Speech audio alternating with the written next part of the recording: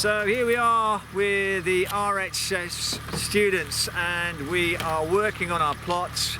Students have a 4 metre by 3 metre plot, and I think we're the only college in the UK who do the RHS practical certificate at night, and you can see why, because it is a bit dark. However, we've got some floodlights up there and everybody's working really hard, and we do have to do a range of assessments. We do have to do a little bit of digging, but we do no dig as well, so don't worry if you're a no digger.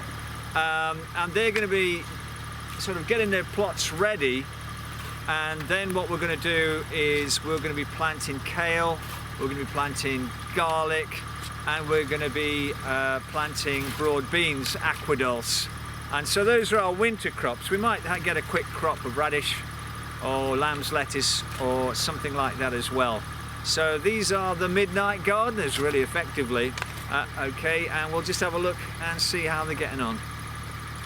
So everybody here is working really hard. You can see getting stuck in, even sweating. Some of them are pretty hard.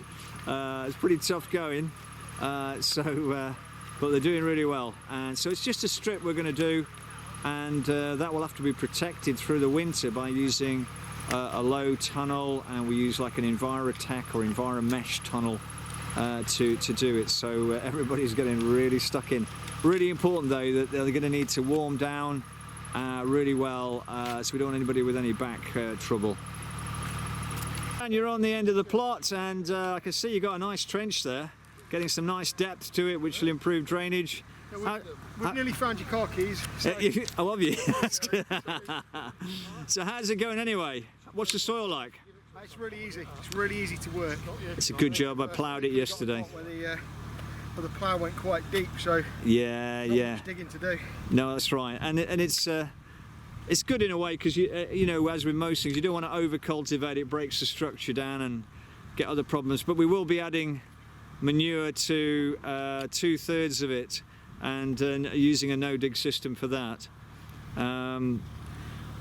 That's good. That's a good. You're getting a good getting the fork in, breaking through the pan, which is really important that we break through that sort of iron oxide pan which exists, especially if in the past it's been dug or forked to the same depth.